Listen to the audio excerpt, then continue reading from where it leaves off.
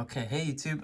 Today I just wanted to bring a updated deck profile for my White Force deck. I just got first place again at my most recent locals. But I've been meaning to make another deck profile because I've switched over from a hand trap version to a board breaker version of White Force, and I think I'm enjoying this version a lot more. And there's a lot of similarities, but some key differences too that I wanted to go over. Um, I also recorded the matches that I had today. So I might be making a video with those recordings too. They're a bit of a bigger file, I think, so I don't know if I'm going to be able to, or if I'm going to have any issues with that, but that might be on the horizon. But for now, let's just get into the profile. So let me put these cards over here, actually. And I got a few more QCRs, so so to start off, 3 is Stellar, 3 Ozette, 3 Sylvie, let's move these up, and the 1 Rusia. This is still the same. I think I'm not a big fan of playing 2 Sylvie and just 1 Rusia. I think it's important to make sure you have ways to play, and Sylvie is a way to do that. Just adjust the glare on my lamp. There we go. Okay, that's not bad. So yeah, so still same ratios for those. And then I am still playing 2 Tails and 1 Woes. I think I might cut this to 1. Honestly, it's really, like, it's nice, but it's not necessary to play at 2. But you know, I think it just depends on what I want to swap it with. Yeah, really, it's really gonna depend. So I'm gonna keep thinking about that. But for now, I think, you know, playing 2 isn't completely wrong. But sometimes going second, I do want to side 1 out. But yeah, then still toys. We're still 3 toy box, 3 toy soldier, and 1 tank. This engine is absolutely insane. This does so much for the deck, and we're not playing Centurion cards. Not a huge fan of those. And so yeah, this setup is just absolutely insane. So I'm still playing the 1 Veiler because it's searchable. I do sometimes search it, and it's, you know, also it's a hand trap. So if you open it, you open it. So it's not that bad. Iris Sword Soul, still really good card. Really good extender, and helps us make Hope Harbinger really easily. So there's that. And then 1 Rhoda. These are all kind of different cards, but yeah, I decided to knock down one of my maps. I'm only playing 2 map now for Rhoda, because just seeing my toy engine is just really good. And even if you open like multiple, you can still do certain things with it. So, and you know, opening a bunch of these is not great. So like if I open an Stellar plus this, it's like, this is kind of pointless. Or if I open multiple of these, you know, it's not ideal. I still want some like consistency. So having this at 2 just bumps the consistency compared to like a lot of other lists that aren't running this. So I can just see a Stellar a lot more frequently. But yeah, so that's it for the kind of, I guess you'd say, the tech set. Oh, no, it's not. Womandatum reframing. We're still playing that. Now I have swapped to board breakers. So 3 droplet, 3 thrust. I'm playing 2 talents. I'm main decking actually 3 cosmic. Here, let's move these. This is actually such a good main deck card. It's a weird one for, I think, for people to think about maining, but playing against decks like Runic Stun, which was my final round, which I ended up winning, having this in the main deck is really good. Against Tempai, it's also really good. Also against Fiendsmith, the Desiree, I think it's called, it needs the equip to get the negate. So if you just chain this to the card that's equipped to it, it's not going to get any negates, because you can't target the actual monster if the Link 2, I think, is equipped to it. And so it's actually not that bad, to be honest. And I've been actually just really pleased with it. And then 3 Droll, I don't know if I want to keep this in the main or put it in the side and swap something out. Obviously it needs to be somewhere, either in the main or the side. There's no way I'm completely taking this out, but yeah, it's just a decent card. Hasn't been putting in that much work for me recently, to be honest. The times I have drolled people, it's not really done a whole lot, so maybe the side deck is where this is gonna end up, but you know, you never know. But yeah, so moving to a board breaker version, I think has done a lot of good for me.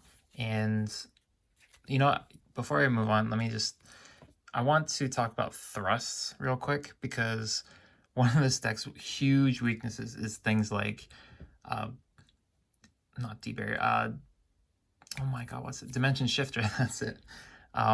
Dimension Shifter is just such a menace for so many decks, and honestly it should get banned, but that's a whole nother discussion, and that's just my opinion. But yeah, it's really, really tough. So honestly, Tempai really struggle against that deck, to be honest. Or I should say this deck does. I think the way I built it, it's been a lot more consistent at dealing with the threats that Tempai has to lay out. So we can use Thrust to set our woes, or we can set a D barrier.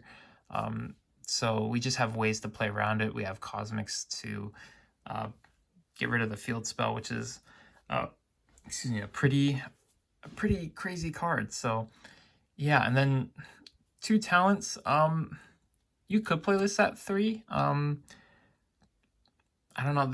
I'm just at an even 40, so I don't know what I would put in the third one for. But I'm liking it at 2. Today someone Sarniered a Stellar, and then I thrusted for tactics and ripped a card from their hand. So yeah, I think playing 3 thrust is solid, because it's thrust is really the thing that I need to help me set my woes. And to be honest, one of the things you can do is you can go thrust to, if you get like ashed or drolled or anything, you can go thrust set talents, and then you can use your White Forest monsters to send it to the grave for their effects, and then you can add it back with the Diabell Synchro, the level 8, and then you can use it, which is kind of crazy. I haven't done that in paper yet, but that is an option. But yeah, board breakers I've been enjoying a lot more, because this deck struggles a little bit going second, and I don't think just like opening 1 hand trap, even sometimes 2 hand traps against certain decks, is not going to just like end your opponent's turn. And yeah, that can be kind of rough. So I think board breakers are what I'm preferring right now. So extra deck, the Diabell, the run one, what are we calling it? Racia, I think.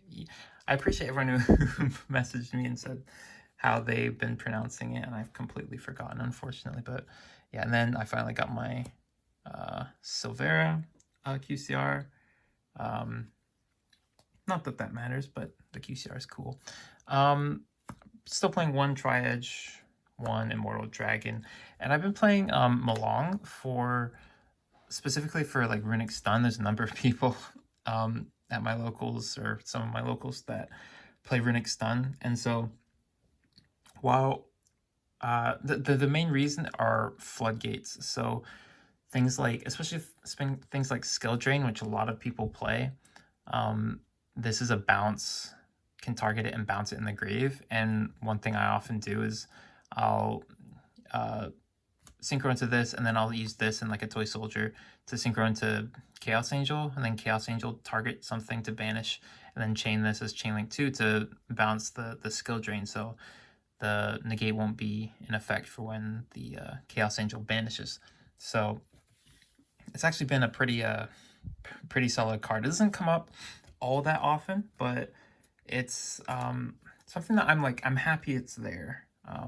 And also I've been thinking about playing Ultimate Slayer. That's just another good target to send off of that. I'm not playing that currently, but potentially in the future I might. Playing one Visas Amritara for the Omni Negate search, one Crystal Winged Synchro.